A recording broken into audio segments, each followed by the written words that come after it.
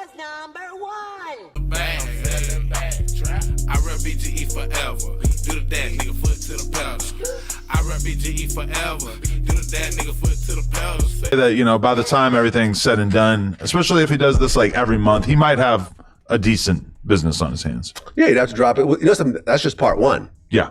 I don't know if there's a part two, part But it is three. an hour and a half. And you actually watched it. I didn't actually get around. I watched some of it. I've seen a couple clips. Yeah, the light. Damn, Vlad, you bought it. What the fuck you mean you watched some of it?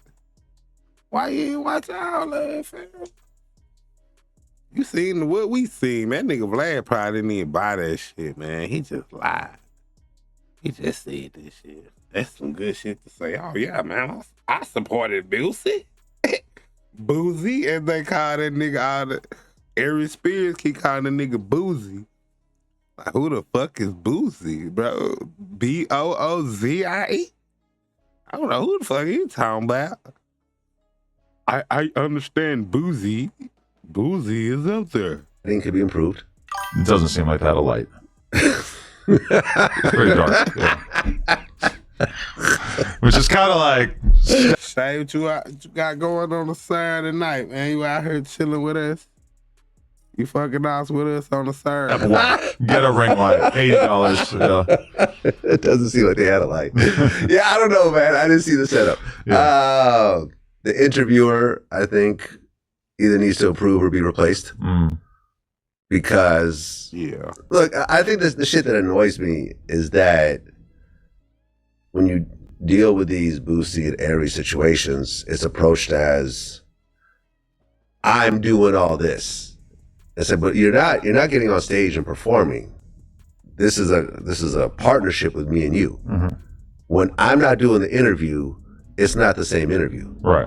You see the trash podcast that he does with, you know, his partner Steinberg. No one watches that shit. Right. Nah, they don't. They don't. And he famous. It's hard for a famous nigga to be on here and not get no traction on YouTube. Look at everybody famous on that bitch. You could be anybody famous, man. You come on YouTube, boy, your shit going up. Not every, maybe he ain't promoting right, cause I didn't even know nothing about that shit. But maybe I ain't a big fan because Vlad did show a lot of clips of him promoting that shit on Vlad, and I ain't never heard that shit. Yeah. You cool, that's what's happening, shit. Take a seat, you heard me. Get your drink and your popcorn. I'll be up all night and shit. Fuck it, why not? Yes, the quality is trash, but the fact that you have this guy who's probably scared to get fired agreeing with everything that Ari said, no one wants to watch that shit. Right. The whole thing, all his viral moments is me pushing back on him and arguing with him, right? So when you don't have that, you're not really going to get a good final product. Mm-hmm.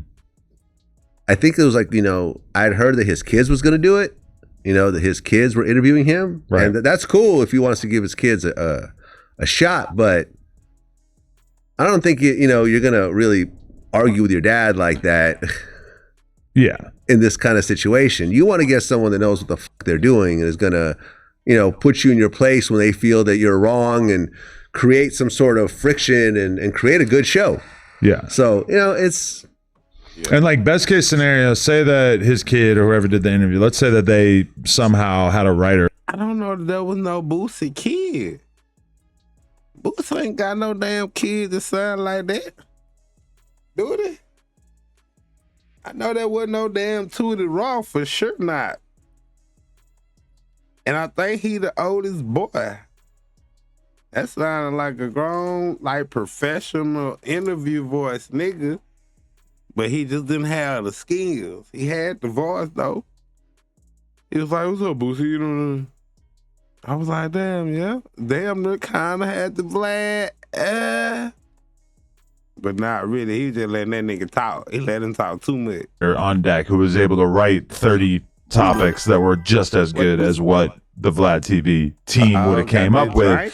It's still about hey, you're going to say something, and then what am I going to say right in the moment? Because I know plenty of interviewers, especially on like the politics side of things, et cetera, where to me it sounds like they're just reading questions off a piece of paper. And to me, that's a huge turnoff. Like, I need to feel like you're going to be able to hear them say something that's a little bit offensive, a little bit out of bounds, a little bit weird, whatever, even something that's just brilliant, and be able to respond appropriately. And I think that's what really separates the men from the boys in terms of interviews is like, can you think on your feet? Can you force them to make more sense or be more logical when it actually matters?